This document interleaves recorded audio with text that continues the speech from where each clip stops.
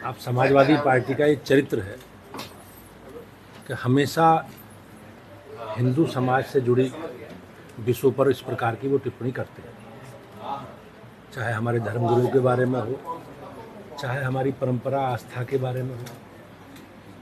सरकार, उनकी सरकारों के समय किस प्रकार से कांवड़ यात्रा को लेकर प्रतिबंध लगाए जाते थे, कांवड़ यात्रा को बाधित करने का प्रयास होता था। लेकिन आज की सरकार में माननीय मुख्यमंत्री जी के नेतृत्व में सभी को अपनी धार्मिक आस्था के आधार पर सभी तीज त्योहार मनाने की पूरी छूट है। सरकार ने सभी त्योहारों को, चाहे किसी भी समुदाय संप्रदाय के हों, सब लोग शांतिपूर्वक अपनी आस्था के अनुसार तीज त्योहारों को मनाए, इसके लिए सरकार ने सारी व्यवस्थाएं की है। जहाँ तक कांवड़ यात्रा का विषय है, कांवड़ यात्रा करोड़ों लोगों की आस्था से जुड़ा विषय है और हमारी सरकार ने उस भावनाओं को, आस्थाओं को ध्यान में रखते हुए कांवड़ यात्रा सुरक्षित बगैर किसी विवाद के संपन्न हो, इसके लिए सरकार ने समूची व्यवस्था की। जगह जगह लेकिन जो तस्वीरें आ रही कई जगह पे उपद्रव की, मारपीट की, उसको लेकर तमाम निश्चित रूप से अगर कोई कानून अपने हाथ में लेता है तो सरकार विधि सम्मत सबके खिलाफ कार्रवाई करेगी। प्रदेश में कानून का राज है और अराजकता करने की अनुमति किसी को नहीं। अखिलेश यादव, नहीं लगता कि कांवड़ियों को बदनाम करने की कोई साजिश हो सकती है, ये इस तरीके की चीजें? ये तो पुलिस जब जांच कर रही है तो जांच के बाद ही सारी चीज़ें आ पाएंगी, मैं उसमें अभी कुछ नहीं कह सकता। लेकिन जिस प्रकार से समाजवादी पार्टी के द्वारा इस पूरे धार्मिक आयोजन को विवादित करने का प्रयास किया जा रहा है, तो हो सकता है इसमें कहीं ना कहीं षड्यंत्र भी हो। अखिलेश यादव कह रहे हैं कि मीटिंग होने जा रही है, क्या कहें? अब ये स्वार्थी लोगों का गठबंधन,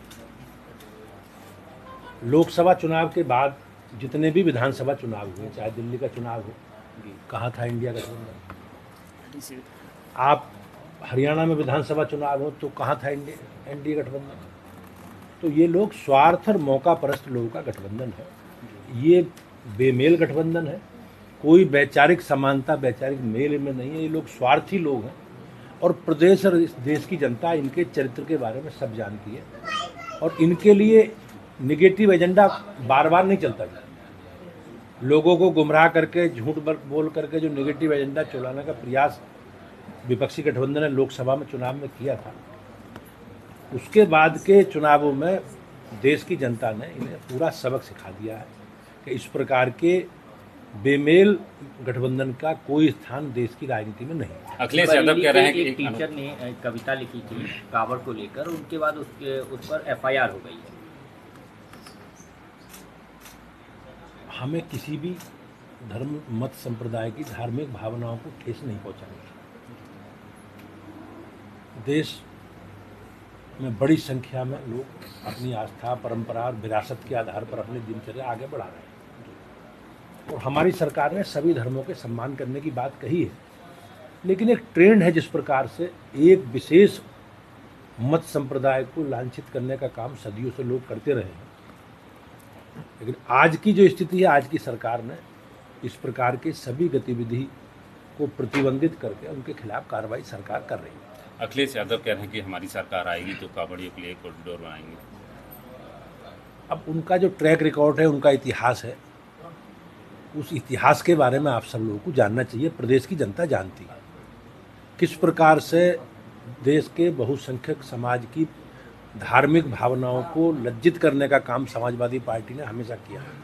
चाहे अयोध्या में राम मंदिर से जुड़ा विषय हो, चाहे कांवड़ यात्रा हो, जितने भी धार्मिक आयोजन बहुसंख्यक समाज के, किस प्रकार से समाजवादी पार्टी के नेताओं के बयान हिंदुओं के बारे में, हिंदू धर्मगुरुओं के बारे में, साधु संतों के बारे में जिस प्रकार की नकारात्मक टिप्पणी, और हमारे जो धार्मिक ग्रंथ है रामायण महाभारत, उनके बारे में जिस प्रकार से टिप्पणी वो करते रहे, तो ये उनका चरित्र समाज में सनातन विरोधी है, ये जग जाहिर है। इसलिए पंचायत चुनाव की तैयारियां चल रही हैं और इस बार ये भी मांग उठ रही है कि डायरेक्ट जो जनता है वो चुने ब्लॉक प्रमुख। अब ये तो सरकार इस विषय में कुछ बता सकती है, मुझे इसकी जानकारी नहीं है।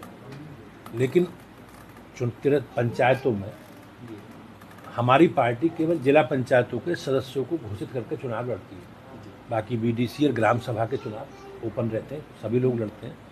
तो हमारी पूरी तैयारी है संगठन की दृष्टि से भी, और पार्टी ने पूरी चिन्हित करके सारे विषयों को तय करके जैसे चुनाव की अधिसूचना लगेगी और आरक्षण के बाद कार्यक्रम जारी होगा, हम लोग अपने प्रत्याशी घोषित करेंगे। अध्यक्ष जो यूपी के अध्यक्ष की कब तक घोषणा होने जा रही है? अखिलेश यादव कह रहे हैं कि इन पार्टी के पास लगता है नेताओं की कमी है, तभी अध्यक्ष नहीं घोषित कर पा रहे। अभी आपने देखा होगा माननीय गृह मंत्री जी ने एक संसद में एक बयान दिया था, बोला था अखिलेश जी के बारे में कि हमें 12-15 करोड़ लोगों में से लोकतांत्रिक तरीके से एक प्रक्रिया करके अपने संगठन की रचना को आगे बढ़ाना।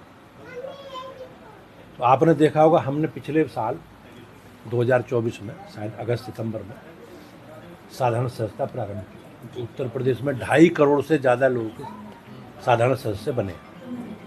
उसके बाद हमने एक्टिव मेंबरशिप प्रारंभ की, तो बड़ी संख्या में लोग सक्रिय सदस्य बने हैं।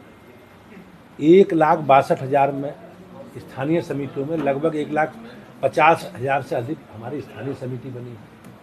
1918 मंडलों में से लगभग 1700-1750 मंडल बन गए हैं, और उसके बाद फिर 70 जिलाध्यक्ष घोषित हुए हैं। 98 में से 70 जिलाध्यक्ष घोषित हुए। पार्टी की ये मंशा है कि सर्वव्यापी सर्वस्पर्शी हमारा संगठन बने, तो उसके लिए कुछ सामाजिक राजनीतिक कारणों से कुछ जिले रुके हैं। अध्यक्ष जी, जो स्कूलों का लेकिन प्रदेश चुनाव के लिए तैयार है। केंद्रीय नेतृत्व जब चाहेगा, हमने अहर्ता पूरी है हमारी, और केंद्रीय नेतृत्व पर तुरंत एकदम प्रदेश अध्यक्ष का चुनाव होगा। जो स्कूल जो ब्लैक किए जा रहे हैं